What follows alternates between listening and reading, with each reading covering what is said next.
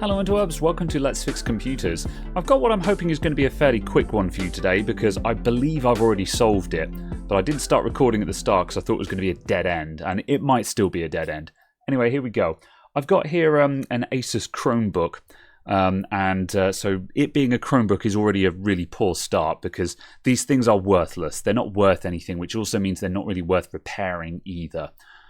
Because I could just buy a brand new one of these for £100, and when you can buy a brand new one for £100, how much is it really worth to try and fix one? That's the problem with Chromebooks. Anyway, though, at least for the sake of practice, I decided to look at it anyway, because you don't get good if you don't try and fix stuff. If you just write everything off as it's probably not worth it, you'll never learn anything. So sometimes you got to explore for good practice. So that's what I did. Anyway, let's get into it. So firstly, I'll just pull the motherboard out of this guy. Spoilers, I've already taken it apart. And what happens is this guy will not charge if I plug in a Type-C power delivery charger.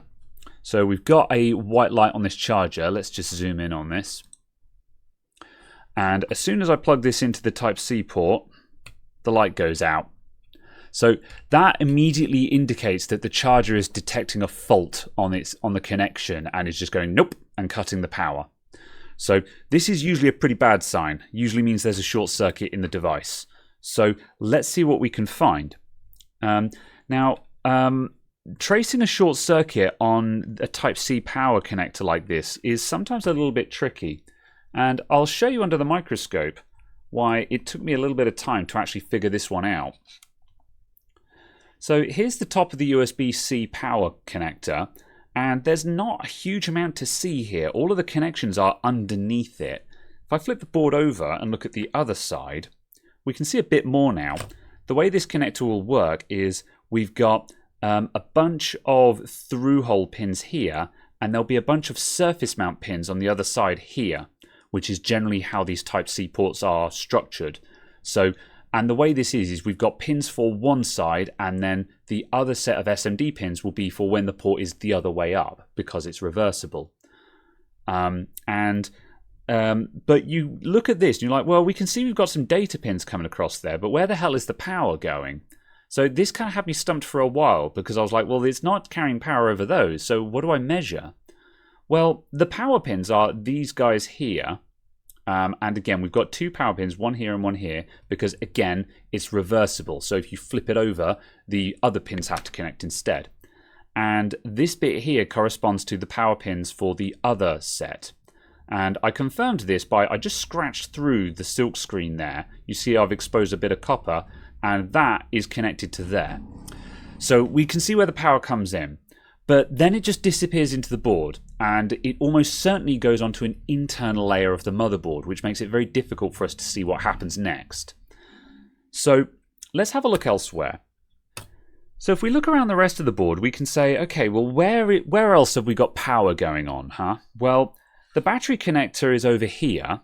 If we flip the board over, you can see we've got a big fat trace doing a circuit all around the board. So this is going, and there's another one there as well. So these are going to be main power traces, these big arteries. So that's something we can work with. We can at least check for short circuits on that one, right? So if I turn on my multimeter, we'll check if we've got any short circuits here. So over on this spot here, we've got a current sense resistor, and that is going to be the current sense resistor for the battery.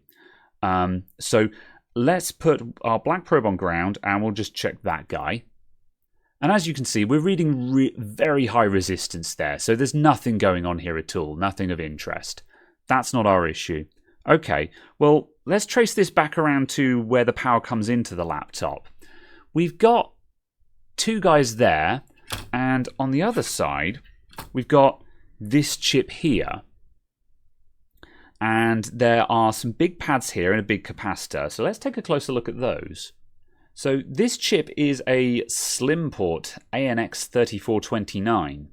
So this is almost certainly our USB-C controller chip here. You know, like slim port, that's, you know, USB Type-C is a slim connector. You can use some deduction without knowing anything about this chip to denote that it's some kind of port controller, right? It's handling one of the ports. Well, this is a netbook. It's got an SD card slot, it's got a headphone jack, and it's got a USB port over here. That's about it. The USB-C port, that's the only thing that really makes sense for this thing to be for. So we can assume that this guy, where has it gone? This guy is probably doing USB-C. So let's have a look over here. Now, you can see flux marks where I've been in this area. So, you know, no prizes for telling that I was roughly in the right grounds. And we've got some big traces here going up to this guy, right? So what's going on here? Let's try taking some measurements. So once again, I'll put my black probe on a ground plane, so just big ground pad up here, and let's just poke around here. Let's start here. What about you? All right, so we've got 14 kilo ohms there. That's not a short circuit. What about this guy? 14 kilo ohms there. That's not a short circuit. Okay, what about over here then? Here we go. 1.5 ohms. Now we're getting somewhere. So this should be a ground on the other side then, because this is a capacitor. So let's just check this pad. And there we get absolute 0. So that's true ground. So we've got a short circuit here. Now we're getting somewhere. So this guy is obviously some kind of power interface because it's got some big pads going into it and an output that is shorted. So could this guy be our problem? Well, I took this guy off the board and the short circuit didn't disappear. So no, this is not our problem. I'm not sure what this guy is doing, but we can have a look in a moment when we get to it, so stay with me. So where does this pad go then? Well, we've got some vias through the board here. These dots, these are vias. That's VIA, and that means it's a path that goes via the motherboard. It goes through the motherboard to another layer. So we've got a pattern of 4 there and 4 there. Let's flip the board over and see where those go.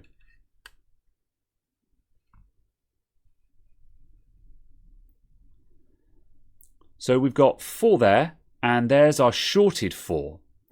And so these guys, they don't seem to come out anywhere, but they're going to be connecting to an internal layer of the board maybe.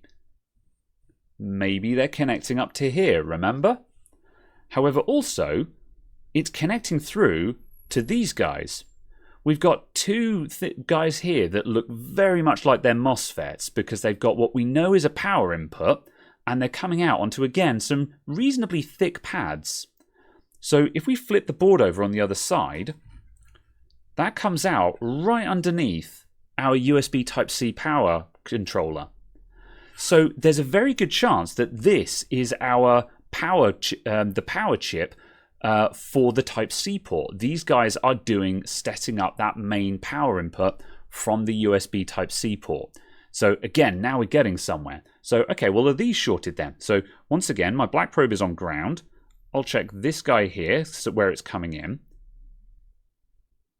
And yeah, that's shorted. It's a little bit higher where I've got bad probing here, but you can see that we're trying to get it's looking for a low result there. Okay, what about the output then? Same deal, that's very low. All right, so what about, so this guy here, that's not directly connected, but it's also still going to be going into the chip. So is this guy looking okay? Once again, black probe is on ground. Let's check this input here.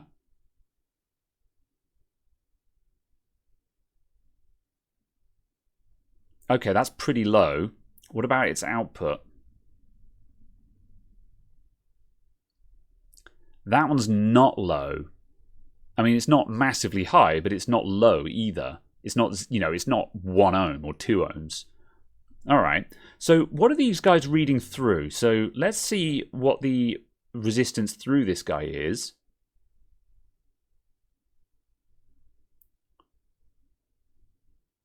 So there we're getting about 400 ohms. So what about this one then?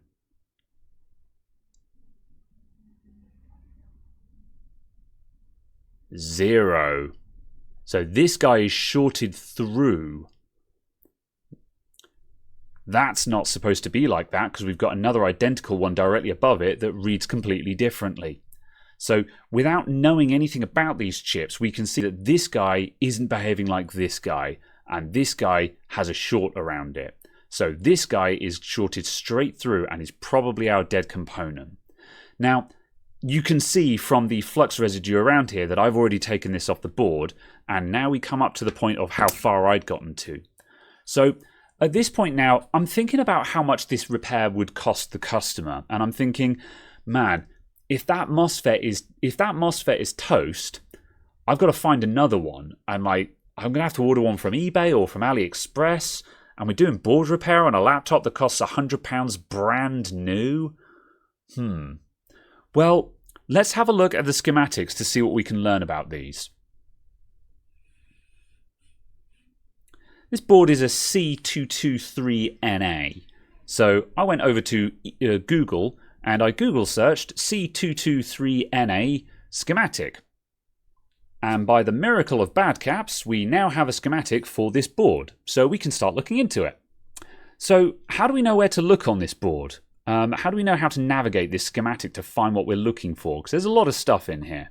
Well, what we can do is we know that what we're looking for is going to be close to that control chip. So what was the model number of that, I wonder? So that was an ANX3429.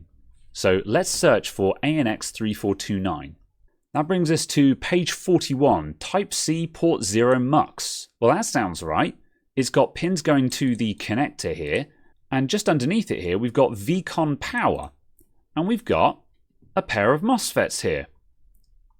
They are both AP214110. They're both AP21410 FM, so they're both identical. And if we check the ins and outs here, you can see that we've got USB C0 CC1 and USB C0 CC2. So what's going on here is we've got two MOSFETs that both do the same thing. One of them is for when the port is the right way up, and the other one is for when the cable is plugged in upside down. So there's a good chance that we could just rip off the guy that is not working and just say, okay, well, the cable will only work one way up then. And that way we don't have to order any parts. All I have to do is rip that section off the board and it'll be okay. Now, this isn't a real fix. However, it does save me from having to pay an obnoxious amount of money for one of these on eBay. And it does also save me from having to wait 3 weeks for one to arrive from AliExpress, only to be able to charge the customer, what, 50 quid? Is that, 60 quid? I charge 60 quid for a service, and I'm doing board repair here. However, for the sake of interest, let's just find out if we can actually find one of these. So I'm going to search for AP21410 FM on eBay. No results. Okay. What about 2141?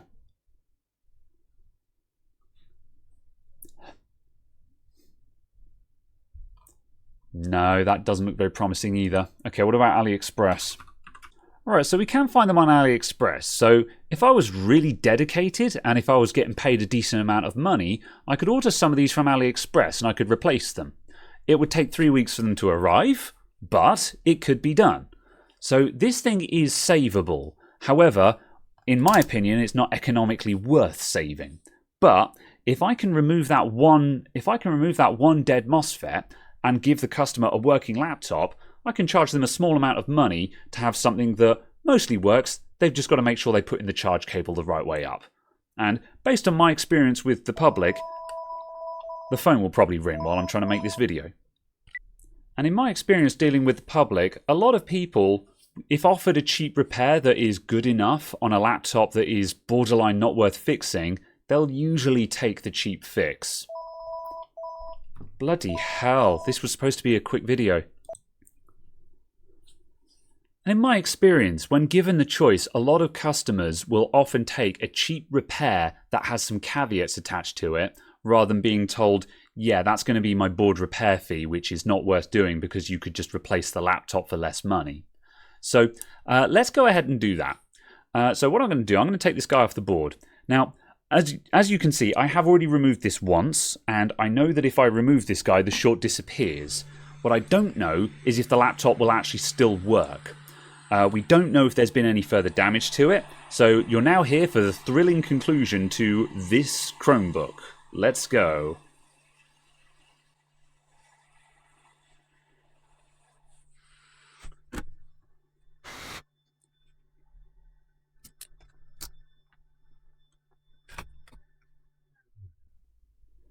And now, with that MOSFET removed, if we go back to where we first found the short circuit, as you can see, we're no longer shorted. We've now got high resistance there, 34 kilo ohms, and settling. So, our short circuit has disappeared, and let's check the other MOSFET. So previously we were shorted across here. We're obviously no longer shorted. So what are these guys now reading? So this output from the MOSFET, we're now seeing 230 kilo ohms there. And this guy up here, that's still at 420 ohms or so. So that hasn't changed. However, it wasn't shorted in the first place. So now we've removed the shorted MOSFET, the question is, will the device now actually charge and power on? Nope, it's still dead. It's not turning on, and there's no charge indicator light. So we haven't actually achieved anything at this point. Now, usually if you've had a MOSFET that is shorted through, that will have dumped the full voltage, the full input voltage to the output voltage, or it could have put it all down to ground. In this instance, because we had a short to ground, I think it's reasonable to assume that the power went to ground. The other thing as well is that with USB-C power delivery, the voltage always starts at 5 volts and it doesn't step up to 20 volts or whatever the device wants until the controller sees 5 volts, is happy with 5 volts, and requests higher voltage from the charger. They'll communicate, and then the charger will be like, okay, and provide more power. So, unlike with the 19-volt power rail on a typical laptop, if you get a shorted MOSFET, it's not immediately going to dump 20 volts into the chip. So, it strikes me as unusual that chip has sustained damage as a result of that shorted MOSFET. But the other thing we need to consider is that slim port MUX chip might already be dead. And it might be that when that slim port MUX chip failed, it created a short to ground, pulled too much current, and that is what killed the MOSFET. So it might be that the MOSFET wasn't the cause of the failure, but rather the symptom of it. That's my guess. However, given that this is a £100 laptop, I'm kinda done here. Alright, hold on a moment, I'm not done yet. I went to unplug all of this, and I put my hand around there and felt a massive hot spot. I was like, hold on a moment, this guy is pulling power. My bloody Type-C power meter was punking me and not showing me anything. We didn't have a charge light, but we were drawing power. So something is drawing power. So let's plug that in and have a sneaky look at it.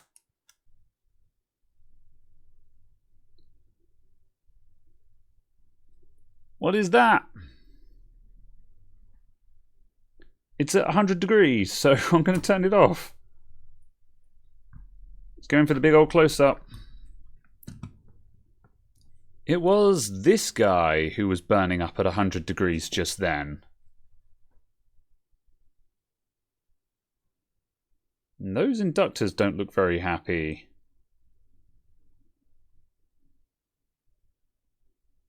Or resistors. Right, do we have any short circuits there?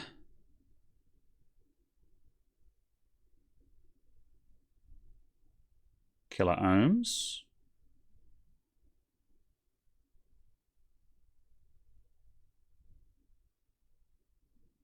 Low. High. High. And ground. What you again? Kilo ohms. So that one there That's probably our output, because it's going out and it's going places, and that middle one is the ground. So what does this do? It goes into here as well.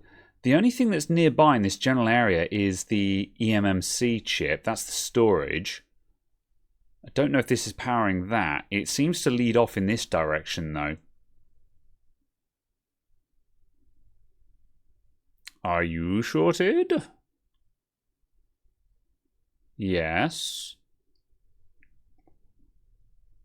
Are you shorted? No. So either this chip is dead, or something around here is. That is ground. So we've got... There's not a lot here. So assuming that there's no vias going anywhere else here. I mean, it does go over to here as well. I wonder if... Can we see where that goes? That via.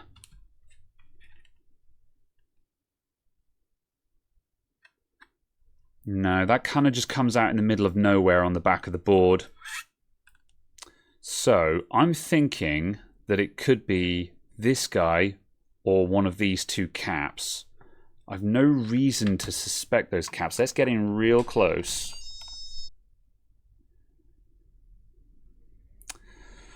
Well, I don't think it's those, and I think if either of those capacitors were shorted, then I would expect them to be burning up as well. So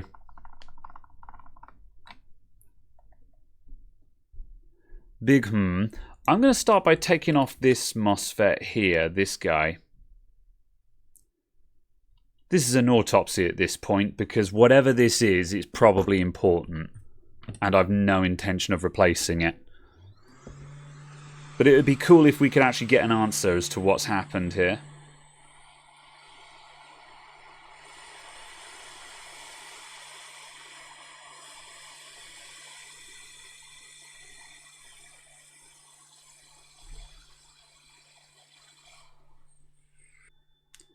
The short circuit has not disappeared.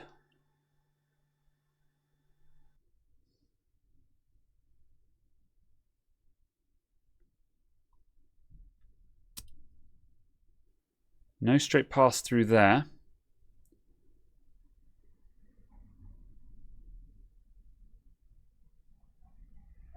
I'm going to try those caps anyway. You never know.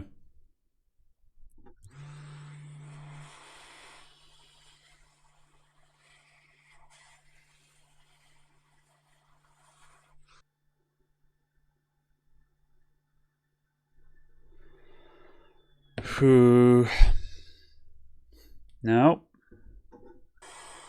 There was a point where we needed to stop, and we have clearly passed it, but let's just keep going and see what happens.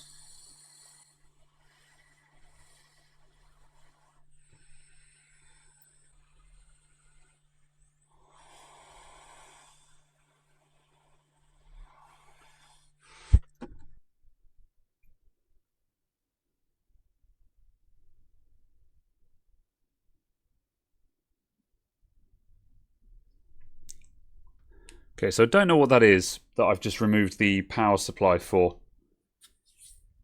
But let's... I wonder if we can figure it out. So... do we have any clues? The problem is nothing around here is labelled. Right. We now have a charge light. Will it turn on? Oh, and then it cut out.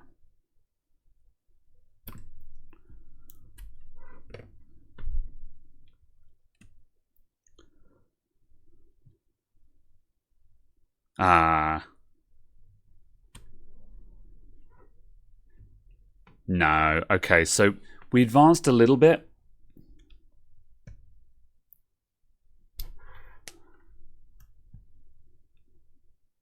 We get a charge light for a moment, and then it dies. There's still something shorted right in here. I think that this might be the power supply into the PCH. There's nothing on the other side of the board here, so like it's probably something in the chip that has died is my guess. I can't think what this, I don't know what this is powering, but this is probably secondary power supplies into the CPU. Main V core is over here. So I might be completely off base here, but this is doing some kind of logic around here. Again, it might be the power supply to the eMMC, but like even whatever it's powering is something that the laptop needs at this point. We're not going to escape that. We're not going to get rid of something that it doesn't need. It's going to be something critical. So I'm still calling that a dead. However, people want to see more fail videos. So what do you think, everyone? I'm definitely out now. Bye.